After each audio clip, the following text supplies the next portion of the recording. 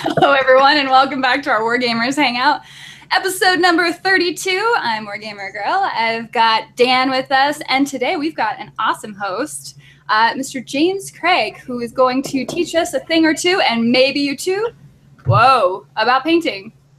Wow. Crazy ideas. Probably be good if I muted my own channel, wouldn't it?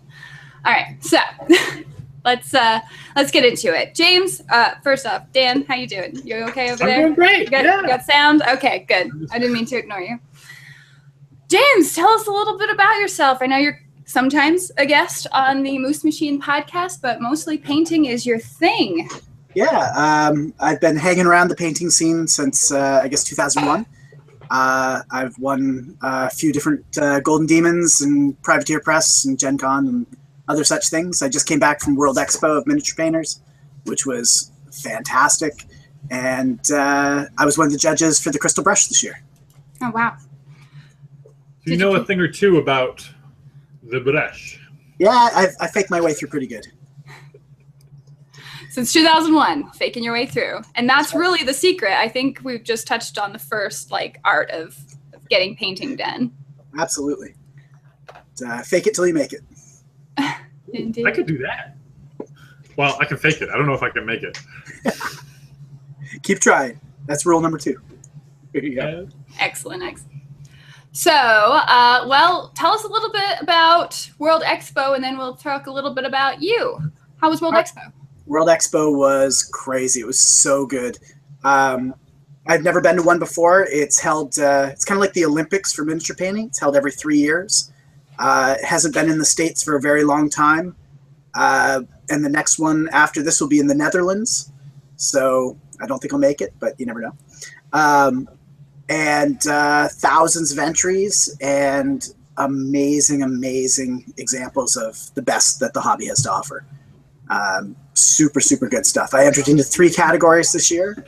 I did Fantasy Painters, which is judged just on the quality of the paint job itself. So usually stock models just presented nicely. I entered in Fantasy Open, which is where the creativity and modeling is also taken into consideration. And I entered into Ordnance, which is armor modeling, tanks. And I entered into the open category for that as well, for creativity and paint. And came home with some bronze medals, so it was real nice. Now you're saying thousands. Are we talking like 4,000 or 5,000 people competing, or? There were certainly thousands of entries. I'm not sure how many individual competitors there were, but that's right. But it was each entrant doesn't necessarily just enter one model. They enter a whole display, and you can either be judged for the best piece in your display or on the display as a whole. So my buddy Zach, he used to be one of the painters for Confrontation, Rackham Miniatures, and he got an award for his whole display instead of for one piece out of his display. So it's kind of a neat way to judge. Nice. Now, would it be okay to show off some of the stuff that you did bring with you this year? Sure. Let me see. I'm gonna do it the high-tech way. The high-tech way, yes. Screen sharing. Ooh, fancy. So I've never even heard of this before. How long has it been going on? World Expo, I don't know. That's I think this might be the 8th one, and it's every 3 years. Okay, like a little while. A little while. So is that on your screen there now? Yes, it is. Okay, so there's my my bust of Boromir from Night Models that I entered in the painting category. I'm gonna make it bigger. There we go. And so he was a really fun piece to do. And let's see if I can pull up the other one here now. Now, that's a full bust piece. So how long does something like that take? Do you track your hours typically, or is it just kind of natural for you? I don't really track, but I probably had 70 or 80 hours into this piece by the time it was done. Oh my goodness. Yeah, they take a while. My other piece, let's see. Oh, it's too big. Let's see if I can find a smaller picture. There, it's smaller. So that's my diorama piece that I did for Fantasy Open. I did post-apocalyptic Vikings because why not? For fun, of course. Yeah, it was a really fun piece, and I got a bronze medal for this one as well. And it's full of little Easter eggs which entertain me endlessly, and it's kind of a neat piece. I'm actually going to do some more work on this piece and then enter it again in the fall at a competition called the Sword and Brush in Toronto. I'm going to bring it up a little bit here. Let's see what I can do. There we go. Ooh, hello. Now, a little washed out in the photo, but where are you pulling these miniatures from? So the male Viking is from Collapse Industries, and they're a really cool American company. I picked up a whole bunch more of their stuff at World Expo. They make a lot of fairly larger scale pieces, including I got a copy of the same Viking. That one's 1/35th scale, but I got one that's like 1/9 scale. So he's like, I don't know, 6 or 8 inches tall. He's really, really cool. Oh my god. And then the girl is from a German company called Kellerkind, and so I got that one from them, and then the rest of it is all scratch built, pretty much. I mean, the jerry cans and the binoculars and stuff are from different historical model kits from Tamiya, but I built the door and I built the electrical box and the window. You can't see it. There's actually a radio in the window and some cans of Monster beverage. And one of the fun things is, right over here, I scratched in mine and my wife's initials in a heart. I always like to try and credit her in my models whenever I can. Oops. Aww. Make people dizzy. That's really, really cool. Yeah, let's take a look at the boat down there. So water effects, that's like a resin pour stuff, right? They have the clear water resin. How do you get the tide, the ripples on there? Yeah, so that was pretty scary because I hadn't done that before. But I actually used, I started out with toilet paper and glue. I had seen this article from a model railroad painter on how they just they used white glue and toilet paper, and they made all the little ripples initially. And then I clear resin on top of that. The thing was, I poured my resin too thick, so I actually lost a lot of the definition of the waves, but it ended up giving me a really cool depth effect underneath. So then I just rebuilt the waves on top where I could see them using Vallejo water texture, and then I finished it with Secret Weapon crushed glass to get the little foam at the top and have some sparkle. And this one, did this win you anything at World Expo? Yeah, this won me a bronze at World Expo as well. I got bronze for each of my entries. So this piece, totally scratch built, pieces from all over the world, however many 2 weeks worth of hours in it, basically. Yeah, this one's probably got at least 100 hours in it already. And that's a bronze. Some of the pieces that were gold were just so good. I guess. Now, for so I know like the Crystal Brush typically had like their winning entries up online. Does World Expo do that? Like, are your pieces available online to see, or any of the winners? It might be. At this point, I heard that they put up the winners list, but I hadn't actually looked yet to see. It only just happened. Sure. It was only this last weekend, right? That's right. Yeah. So. But the awards for this one are really pretty cool. Ooh. That is really nice. Yeah, I like that. So I don't know, audience people, have you heard of World Expo? Has anybody else attended this before? It seems like kind of to me, I don't know that much about like the actual miniature painting competition side, so maybe I wouldn't know about this, but it feels like it's probably more popular than I'm realizing. It's a pretty big deal. Now, the thing is that the last several of them have all been in Europe. So unless you're attending or following European competitions, the last time it was in the States was the very first one, which was held in Washington quite some time ago. Ah, gotcha. Okay. Well, let's talk a little bit more about you then. So now, Dan, you're working on, what are you working on right now? I am working on some Blood Bowl Skaven. Do you have any pieces that are painted yet that you can show off? Partially. computer wants to restart. Oh, sounds about right. So, yeah, so it's like a partially painted little gutter runner here. Oh, I hate those guys so much. So good. And then I didn't want any throwers on my team, so I just cut off and then threw some like extra like banner like on them, like a little chaos banner, but whatever. So I got 2 gutter runners for the price of 4 for the price of 2. So because 2 for the price of a kidney. There you go. Nice. We met. Yes, we understood. Because the boxes don't come with all you need, and they only come in like the box. So you have to buy like 2 boxes really, or just convert up your dudes, and hopefully they don't die.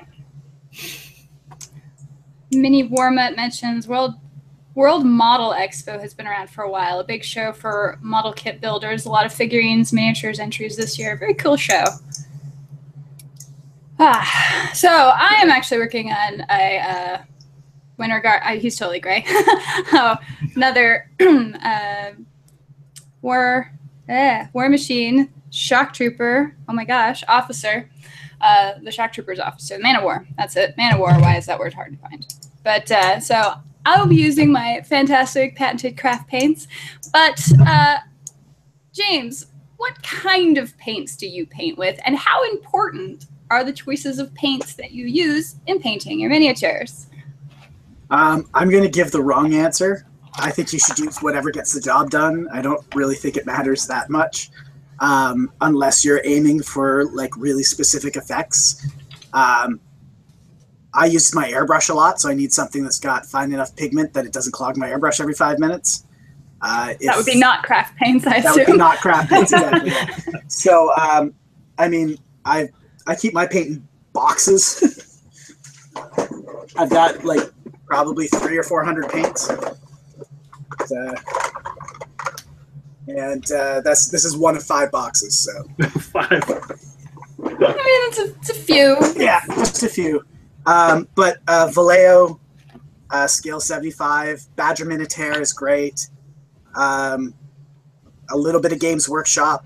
Warplock Bronze is one of the most important colors in my kit.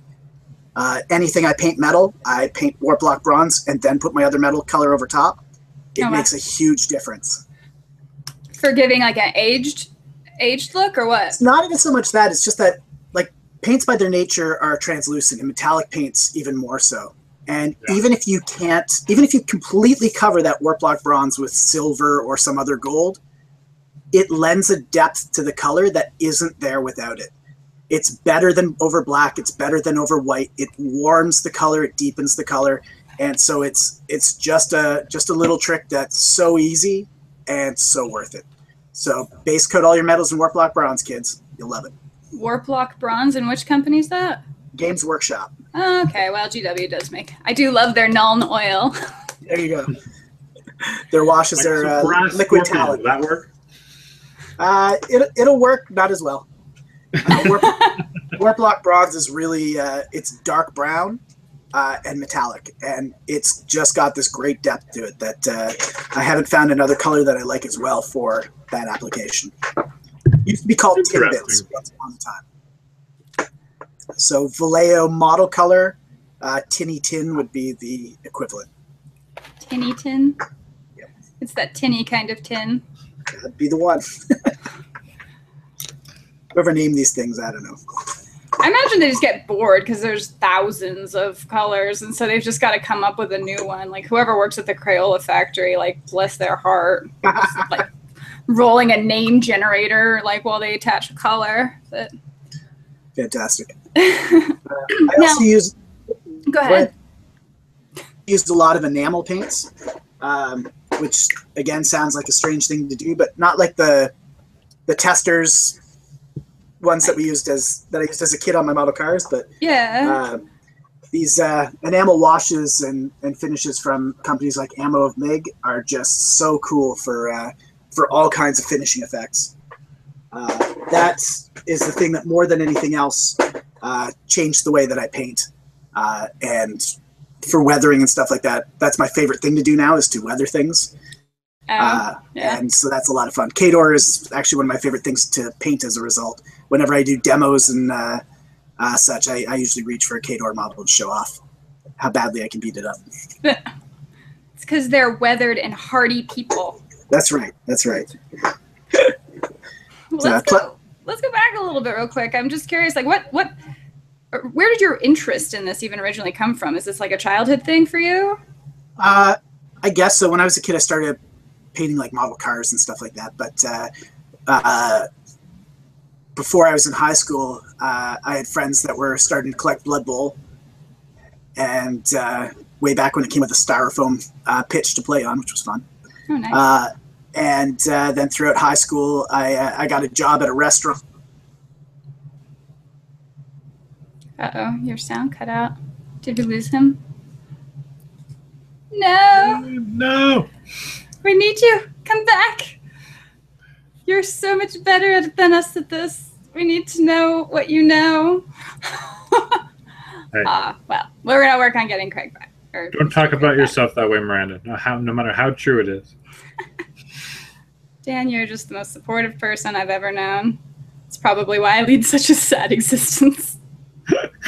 Just blame this all on me. That's what I do every time the live show starts. I'm like, and we're not starting on time because it's Dan's fault. That was my fault for sure. Oh no, Justin needs to come back. All right, here's my progress so far. I've got red on him. Pretty awesome. And then I have to layer that up several times because it's craft paint and doesn't actually go super fast. So there's that.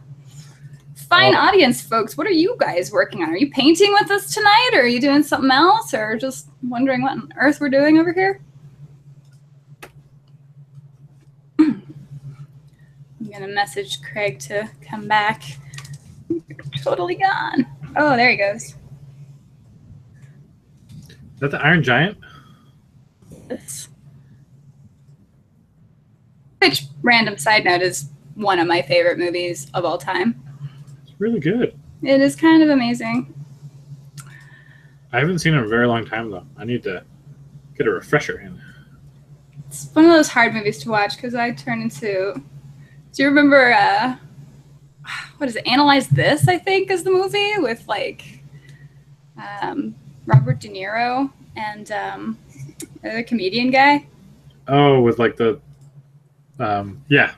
Oh, we totally got James back. You don't need to hear the rest of the story. No, carry on. It's all good. I forgot to plug in my computer, so the power cord was into the computer, but not into the wall. Which, guest of the year award right there. Would you say that is an effect of chewing on your brushes or licking paint? I try not to do either anymore, so hopefully it's neither. Probably too much airbrush without my mask, though. Nice. Well, it's okay. Our audience is staying pretty busy. We've got people, Mr. Strangelove fixing conversions, Matt Sperlin assembling some Malifaux, cleaning radios. That sounds super not fun, but to each his own. And then just a bunch of other stuff. So we were talking about your history, and you kind of dropped off a little bit after painting model cars. So yeah, I started into Blood Bowl after that, and then Warhammer 40,000, and then in 2001 I was at university reading a White Dwarf, and there was I was in art school, and there was this article about this guy named Joe Orteza, who was making just the craziest models I'd ever seen, just almost all green stuff, just wild. And I read that, oh, he's an art teacher in Chicago, and you know, I'm thinking he's using his art skills to actually, you know, work on his models. And I was paying all this money to take and learn about all this art and develop my own art skills, and I wasn't using that at all. And so it seemed strange, and I was like, okay, light bulb goes off. I can use my traditional art skills in a different way. And in the same issue of the White Dwarf was an advertisement for the first Canadian Golden Demon, which was 2001. And so I said, all right, I'm going all in. And I made my first entry and really put my skills to the test. And I got a bronze my first time out. So after that, it was pretty addictive. Yeah, winning is fun. Winning is fun. So after that, I competed pretty much every year since 2001. And how many golden demons do you have again? 11 demons, 1 Forge World Best of Show, 1 Privateer Press Best of Category, 4 Privateer Press coins, Gen Con Best of Category, several Crystal Brush Awards, 3 World Expo, and a partridge in the pear tree. A few other things around. Tell us more about that partridge. I haven't heard of that. Is that a new award? We're all very interested all of a sudden. Very seasonal award. By the way, fine audience folks, if you have questions for Mr. James about painting or anything, I'm sure he'd be more than happy to answer them because he is, after all, an art teacher. So he is doubly using his skills, right? Absolutely. And someone did ask about a Privateer Press Blood Bowl equivalent. I would say no, but I know everybody's out there playing Guild Ball right now, which includes you, right? That's me. Well, I guess the Blood Bowl equivalent would be the new grind. Yeah, maybe new grind, but are there enough models? Yeah, because you can kind of build it from whatever you want. I've played 1 game of it. It's pretty good. It's not quite Blood Bowl or Guild Ball. No. It's a fun side thing. It's like Beer and Pretzels tournament kind of side game stuff. But Blood Bowl has so much depth to it in team creation and the fact that you guys all level up. That's really fun. Yeah. But I like Guild Ball because it plays faster and still has some strategic chops to it. So fair enough. All right, we've got our first question. Damien asks, what color do you try to avoid? Ooh. Yellow? I think that's a default answer for a lot of people. I can paint with yellow if I have to, but it's not usually in my wheelhouse. I don't use a lot of pink. Yeah, I don't know. There's not too much I shy away from, but I try not to choose anything that's predominantly yellow or predominantly pink. What about like prime colors versus shades, like straight red versus burgundy or whatever? I mean, do you have like kind of preferences, like you don't like straightforward colors or anything like that? My favorite colors to use are burgundy-ish reds. Sanguine base from P3 is a good one. Something in that kind of area. I like using those. I like using a lot of greens. Again, my preference is more towards like khaki and armor kind of greens. And I have more gray tones than anything else in my paint box. I love painting in gray. I prime in gray. That kind of counts, right? Sounds good to me.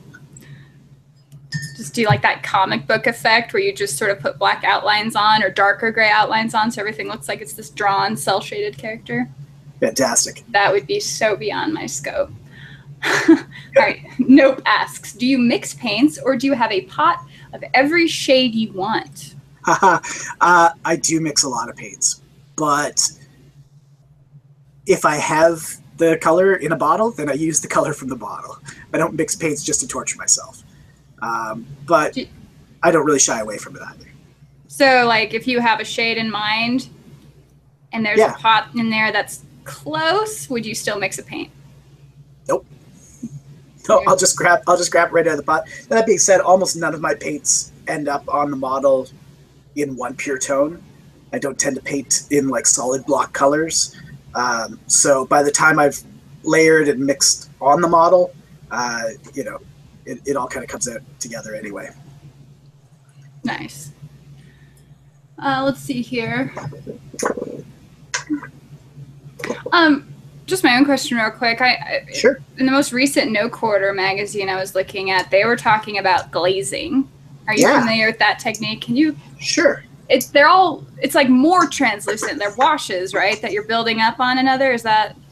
Yeah, more or less. But generally speaking, instead of coating an entire area and just letting it run into the crevices, the idea is to change the color in a controlled area. And building up just a little bit of thin paint can make those transitions really soft. That's more water than paint by a lot. And something to really consider when you're doing glazing that I only really started to understand recently is when you drag your brush across the model and you've got this very thin wash of paint, more color will collect where your brush stops than where your brush starts. So it again helps you, if you're trying to make a transition across a surface, always drag the brush towards your shadow instead of away from your shadow and out into your color. Like a good thing. Does anybody in here use glazes? It seems like a new technique to me, but has it been around a while? Is it just... It has, back in the kind of late, back in the mid-2000s, a lot of the French painters were doing all these really strange color transitions, and it became kind of the big thing. And that's how they were doing it. They were glazing a variety of hues across the surface to create very, very strange but very interesting color variations. Fair enough, fair enough. I think that's one of my biggest challenges. I just can't transition colors very well. Fair and enough. I think I just need more patience and more layers. Does that sound right? More or less. If you really work on keeping the paint even thinner than you think you need it, you're going to make those transitions more easily. So more layers, but not just more layers, but more thin layers. And then using a glaze to kind of tie it all together is a great finishing touch. So fancy. See, yeah. I just paint all of the red first, then I do all of the brown, then I do all of the silver. And I do go under with the brown before I put the gold on, because just gold on its own is way too gaudy looking. But that's about the fanciness that I get to.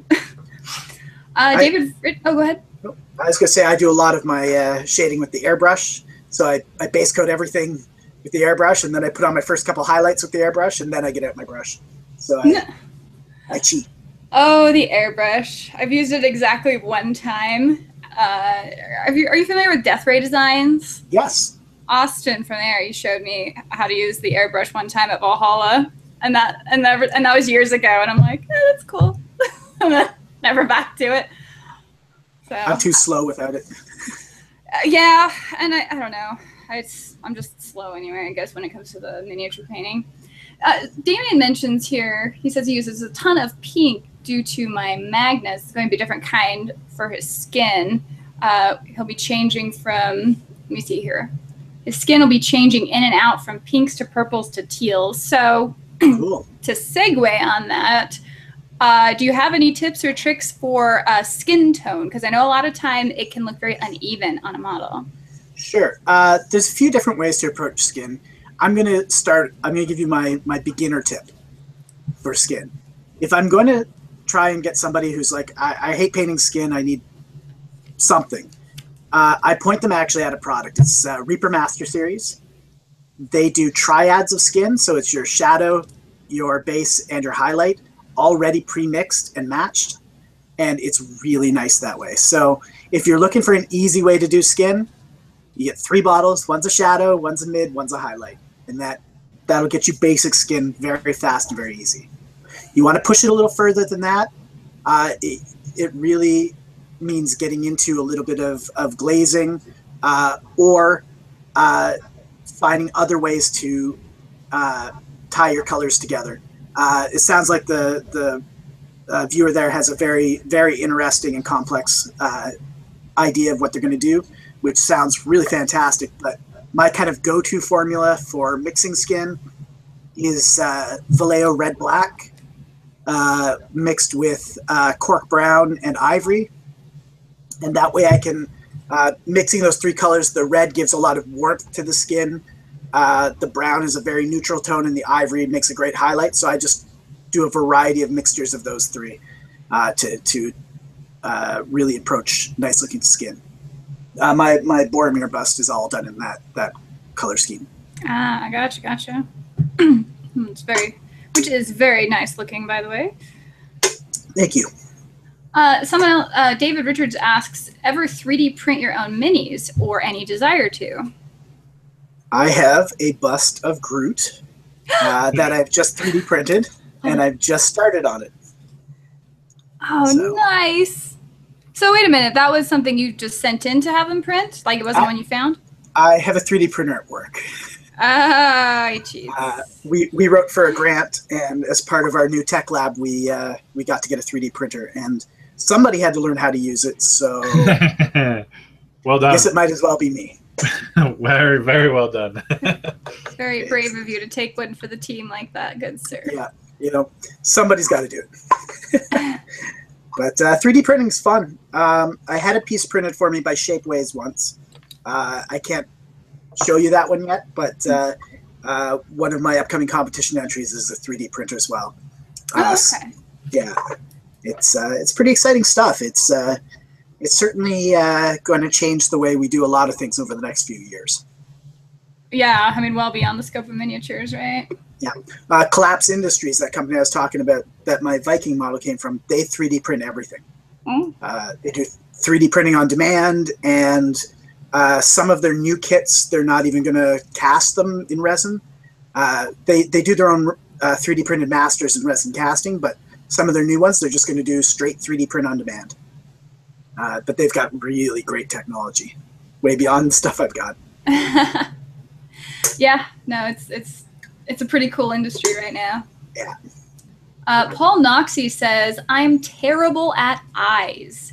Is it easier with a fine brush, fine cocktail stick, needle? What? I've had varying success with either. Okay, so I was once challenged at a games day to paint a model with only a tank brush, the great big Games Workshop brush, and it was a speed painting competition. And by the end of that hour, I had painted the eyes with that brush. The size of the brush doesn't matter. What matters is whether or not it comes to a point at the tip. It's the tip of your brush that matters more than anything else. And for painting eyes, the best advice is, let me grab a piece of paper so I can draw this out. Hang on one second, folks. Terrible transmission, I know, but that's the way it goes. I'm excited. Oh, this is great. I'm so intrigued. And now we start. Well, what are you working on right now, Dan? Rats. I'm painting the little rats. More rats. No. We're going to deal with some rats later, right? Yes, I'm painting our opposition.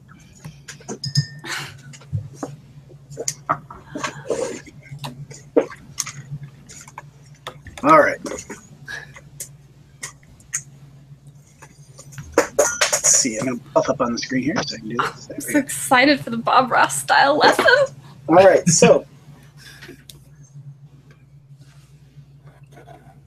this is your miniature's eye. I too washed it. No, you're all right there. Well, if it's that big, it's easy to paint. Yeah. But what you want to do is initially paint it all in, and I always suggest an off-white, not a pure white. Pure white leads to more staring eye, right? You want something that's a little less high contrast. So an ivory or something like that will do you just great. But an off-white or light gray, right? Paint the whole thing first. Then you're going to take your dark color, and you should not take black. Take a dark brown or a dark, like sea blue or something like that. And see if I can do this upside down and backwards. You're going to go along the top edge of the, hooray! You're going to go along the top edge of the eye with your brush, and you're going to put a dark line. Oops, not as good that time. You're going to put a dark line right across the top of the eye. Okay? And then you're going to bring your dot down into the eye. Ha ha ha ha. The parlor tricks. All right. It's a real life eyeball. So- It's looking at me. By doing the line across the top, it gives definition to the eye, and that makes the top edge of the eye a little darker. And then you connect the pupil to the top lid of the eye to that dark line, but you do not bring it all the way down to the bottom. You have to leave a little bit of white space underneath. Now your model's looking at you from table level, and so when you look down on it, it's always better if it looks up just a little bit. But so that gives that impression. Also, it means that you don't have creepy staring eye, right? Crazy Nobody wants eyes. this. Everybody wants this. What are you talking about, James? What kind of, That's what right. kind of interview is this? You give them just one crazy eye. Ubiquitous gaze. So this is how you avoid crazy eye. this is how you make eyes look good. And also with that dark line across the top, it lets you fudge the shape of the eye a little bit when you're doing this. And if you go a little too big here, your light base color kind of along the bottom of it again, cleans it up more easily. So that's how you're going to get better eyes more easily. So that would, as a recommendation starting off, just that, that off-white or very light gray, and then just a very dark gray or dark brown or even dark blue, and then that's it, and that should be pretty good eyes. That's a fine eye. It's going to turn out fine. Sweet. I'm going to have to try that out. I know, it's not until you get into larger scale eyes or really, really precise painting that you have to worry about putting like a glint in the eye or multiple colors in the eye. It happens, but no, just dark line across the top, button in the middle that touches the top layer but does not touch the bottom. I'm not going to lie, up to this point, I've just avoided eyes altogether, and just it's just a dark shadow from my wash. Fair enough. I actually did most of what you described, except instead of doing the round part underneath the lid, I would actually just kind of make like a line, cat's eye line first, and then outline it so that it was more of like a slit eye, but it was always so tiny that it always looked round. So I was like, good enough. But absolutely. Good enough is often good enough. Good enough is good enough in my book. Who knew? I've got one model. It's this Chaos Beast from Games Workshop, and it's got eyes like sticking out all over it. And every one of those stupid things, I painted the little flares in the eyes and the little striations, and it took me like 20, 30 hours of painting eyes on a model. I never want to do that again. It was a good day, though. Got a gold, so I guess, you do what you got to do. I mean, I am kind of badass. I just win all these awards all the time. I'm a pretty big deal in my own meta. What can I say? I have about 50 medals, since like last year. Fantastic. It's no big deal. You do what you got to do. That's awesome. Well, okay, so challenge then. What has been like maybe your hardest project or your hardest aspect of painting miniatures? I would say that the Boromir bust that I did was the hardest thing that I had done to date, because I had never done a large scale model before. I had never done a bust before. I had never done any of that kind of work before. I had always done small things. So it was really, really different. And there's not really much room to hide bad brushwork on my model. So it was a bit of a challenge. It was something different. I'm really excited to do more of that kind of work now, but that was pretty tough. Fair enough. Yeah, I'm gonna go with that one.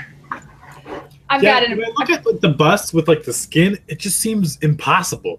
It's like, I'm just like, how is that even with the transitions? And it looks so smooth, and it's just kudos to you, because like those busts are just intensely hard to paint well. Yeah, I've got like 5 or 6 more waiting for me, staring at me. Lucky you. My next big scary is I have this great bust. It's Boudica from Origins Miniatures. There's a painter named Peppa who did an amazing job, and it's so good that it's kind of iconic in the painters community now. And so I'm going to paint this stupid thing next. And I've decided that the cloth on it I'm going to do my family's tartan, cool. Which is a really, really complex tartan. and I've been practicing on a flat surface and failing over and over again. So doing this on the shaped cloth is going to be it's going to be a real treat. Yeah. Oh wait, so you haven't successfully painted your tartan on a flat surface? Nope. Still working on it. But we're getting close. I love the ambition. I love it.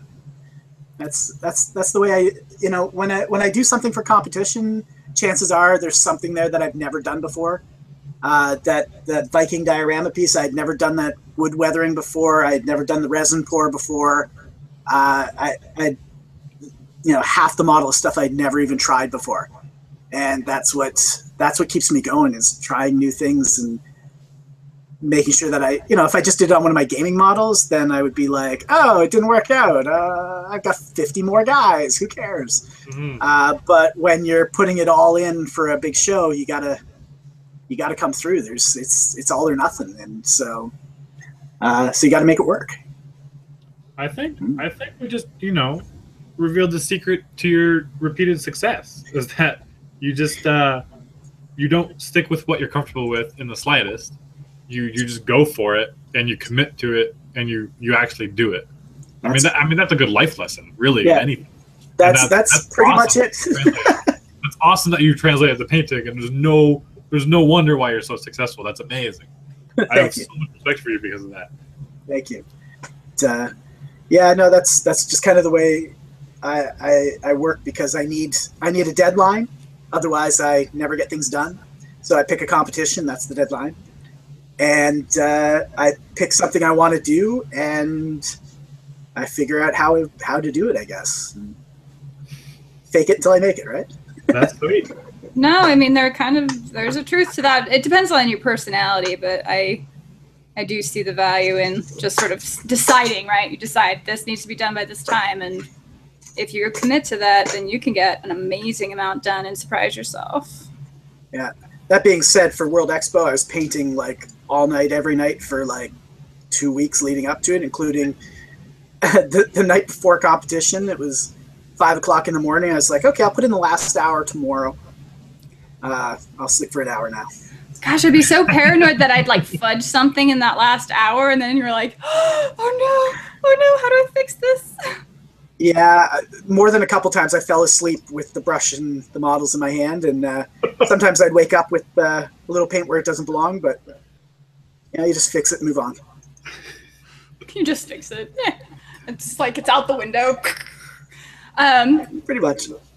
So what cons, someone's wondering, what conventions do you have coming up for yourself? What's the next one you're going to? Sword and Brush, which is held in Toronto, Ontario, and it'll be the 9th of September. It's a great show. It's also a Crystal Brush qualifier, so the Best in Show award will get airfare to the Crystal Brush in Chicago, Adepticon. Yay!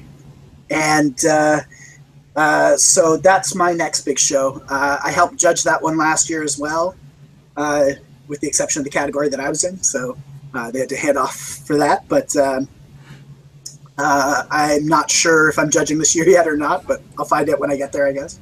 Oh, fair enough. That's pretty cool.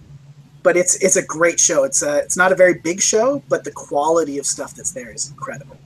And quite a number of the people that are regulars at the Sword and Brush were down with me and winning awards at World Expo as well. So it's nice to see kind of the sort of local guys doing amazing. I'm about 2 hours away from Toronto, so I don't get up there too often, but when I do, it's always a blast.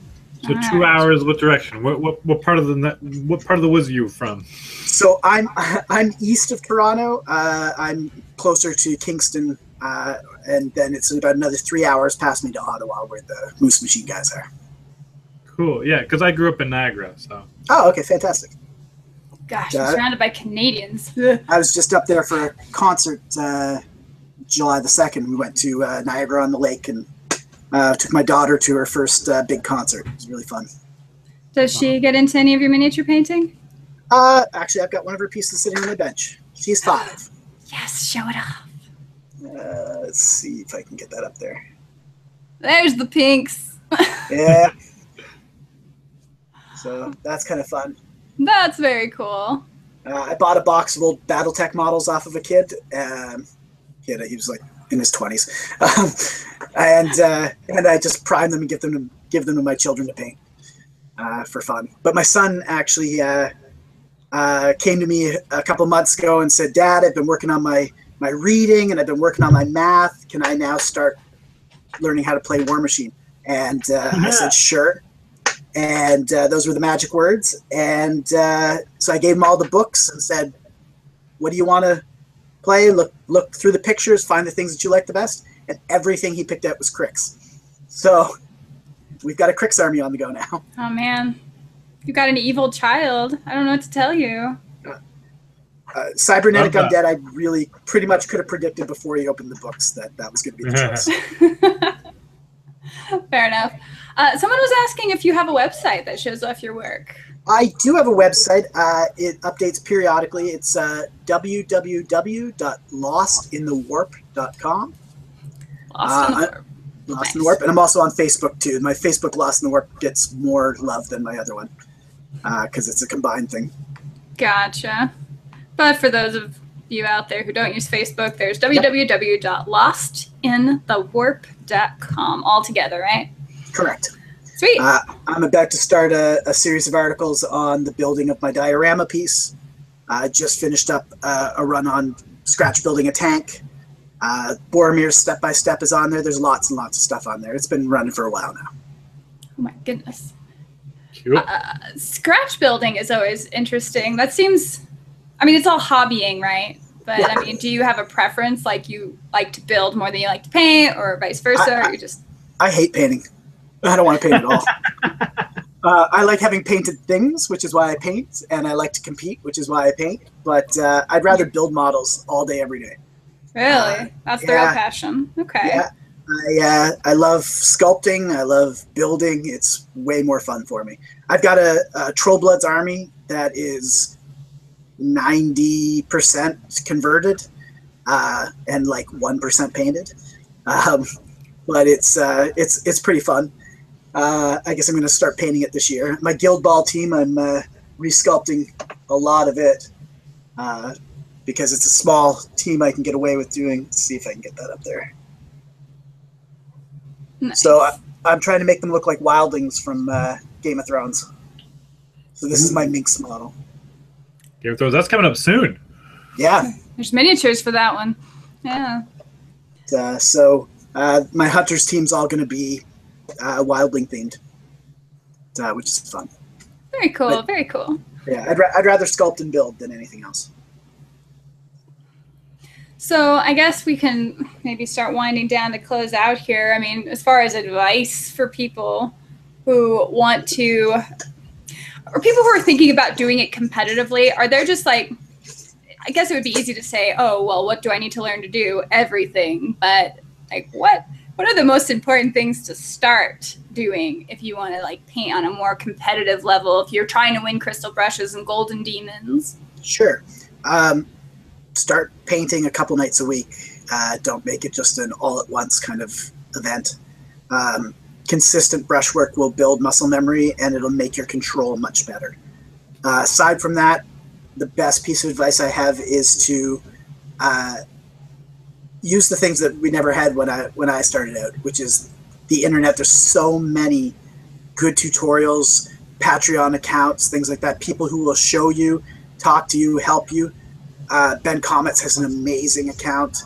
There's always good information in his, but there's so many out there. Aside from that, go to conventions, get involved, take lessons at the conventions. Adepticon might be the single best place anyone who really wants to learn how to paint can go, because there are painting seminars pretty much 24 hours a day there, between the classes and things going on at Fort Wapple, which is the painting area. It's all night, and the best people and the best lessons that you're going to be able to find anywhere. So stuff like that is what really helps. Me and my friends every year pay to bring an artist in to work with our group for a weekend. We've brought in Fernando Ruiz from Spain a couple of times. We're bringing in Caleb Wissenbach to work on airbrushing this summer. There's always opportunities. If you got a bunch of friends who are interested in something, throw together some money and get yourself a great weekend and get some private lessons. But really, anytime you can get good teaching, conventions are going to be your cheapest and most expansive way to get a lot of information, or the internet. There's so much out there. Massive Voodoo is an amazing website with so much stuff on it. Colored Dust is another really great website. Lots of tutorials, lots of information, and really nice people who, if there's something that you're not sure about, just ask them. And they'll help you.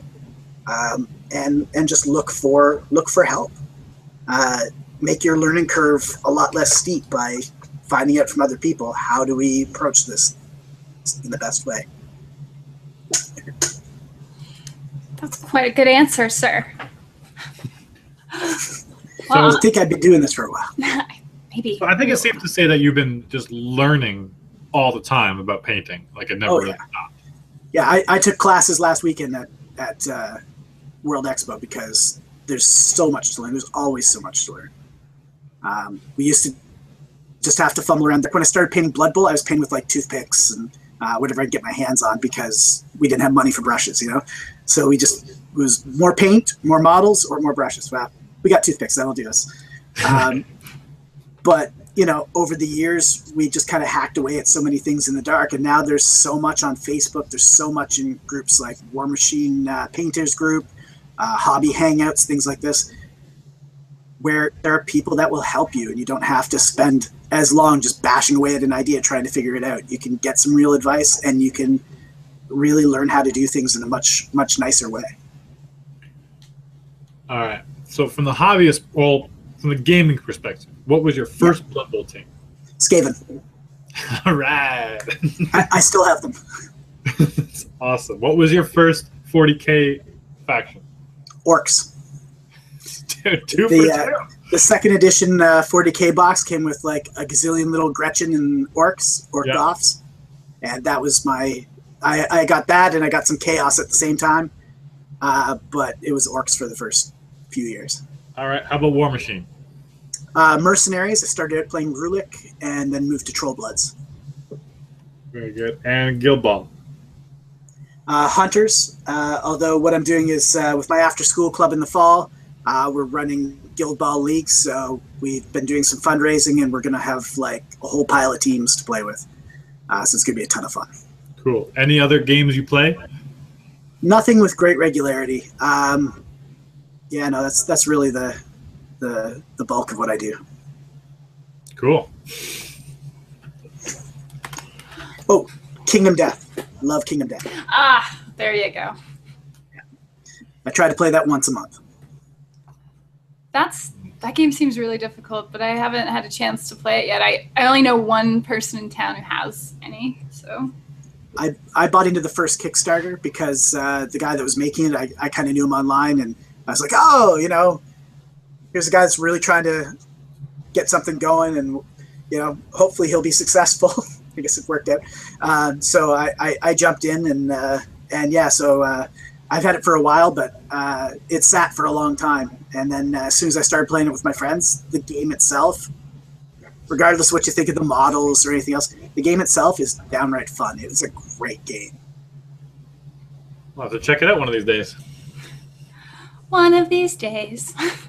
There's always so much to play. And I guess there's always so much to paint because you've got a myriad of miniatures on the market at this point.